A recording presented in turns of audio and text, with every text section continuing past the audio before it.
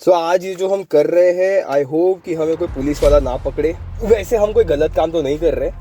हम सिंपली गाड़ी चलाते वक्त कितने जी फोर्सेस जनरेट होते हैं वो कैलकुलेट करने वाले, वो मेजर करने वाले using this accelerometer and Arduino.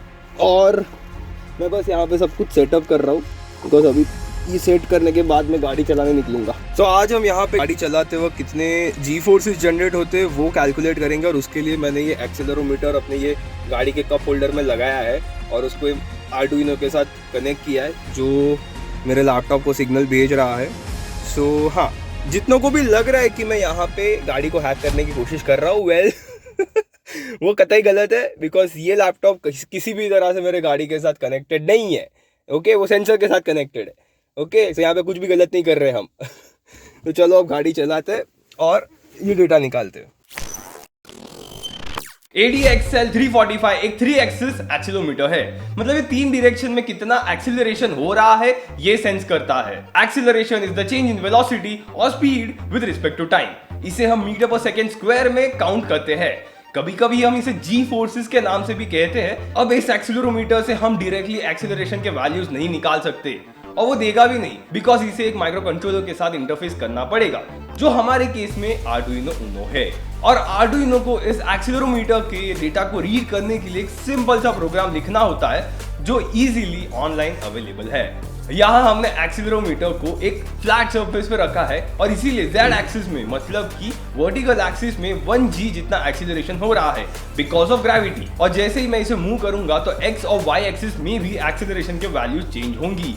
तो अब हम इसे गाड़ी में लगा के रियल टाइम में गाड़ी चलाते वक्त कितने जी फोर्सेस जनरेट होते हैं ये निकालेंगे। एक्सीलरोमीटर को गाड़ी में रखने के लिए मैं सिंपली प्लाईवुड का टुकड़ा कट किया है in such a way that it fits perfectly into the cup holders so that ये ज्यादा आगे पीछे या फिर साइड टू साइड मूव ना करे। चलो अब गाड़ी चलाते हैं and grab some acceleration data. और यहाँ पे हमने एक्सीलरेशन का जनरेटेड सारा डेटा इस एक्सेल शीट में कॉपी कर लिया है। अब हाँ, I could have used the PLX DAQ software जो डायरेक्टली आर्डुइनो के IDE में से एक्सेल शीट में डेटा को प्रिंट कर सकता है, but I had some issues with that software in this particular laptop so I couldn't use it. So now let's talk about the acceleration data that we have gathered. और यहाँ पे मैंने x और y direction में generated acceleration के values को इस particular graph में प्लॉट कर दिया है so that आप इस डेटा को विजुअली समझ सके। ये वर्टिकल एक्सिस हमारी गाड़ी की लॉन्गिट्यूडनल यानी कि x एक्सिस डिनोट कर रही है और ये हॉरिजॉन्टल एक्सिस हमारी गाड़ी की लैटरल एक्सिस मतलब कि y एक्सिस डिनोट कर रही है। जब हम गाड़ी को फॉरवर्ड या रिवर्स डायरेक्शन में चलाएंगे तो उसकी वजह से x डायरेक्शन में एक्सीलरेशन जनरेट होगा basically due to acceleration and braking. और ये y एक्सिस पे लैटरल एक्सीलरेशन के पॉइंट्स प्लॉट होंगे बेसिकली ड्यूरिंग टर्निंग। और इस ग्राफ से हम ये समझ सकते हैं कि एक्सीलरेट करने पे या फिर ब्रेक दबाने पे ऑलमोस्ट 0.4 से लेकर 0.5 जी फोर्स जनरेट हुआ which is equal to 3.9 to 5.3 metre per second square. और गाड़ी को टर्न करने पर भी उतना ही जी फोर्स डेवलप हुआ था।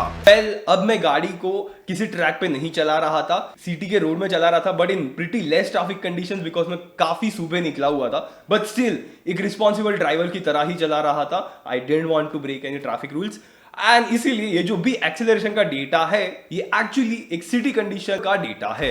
पर मैंने ये सब क्यों किया?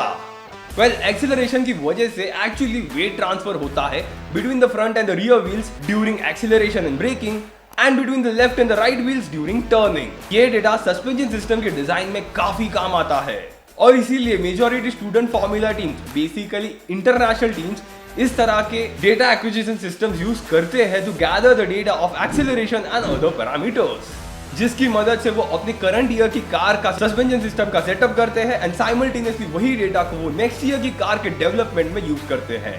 मेरा भी ये वीडियो बनाने का यही एक मोटिव था that you guys should make such data acquisition systems for your cars of Baja, Supra, Formula Imperial और गोकार्ट। ये डेटा एक्चुअली हर ऑटोमोटिव कंपनी में यूज किया जाता है और उन्होंने ऐसे सिस्टम्स ऑलरेडी बना रखे हैं। स्टूडेंट टीम्स में काफी कम टीम्स ऐसे सिस्टम्स यूज करते हैं इंडिया में and I want to promote this because this is where real engineering comes into play. इसके साथ हमारे गाड़ियां और बाइक्स में ऐसे डेटा एक्विजिशन सिस्टम्स ऑलरेडी लगे होते हैं for safety systems like ABS, EBD, ESC and traction control and many more.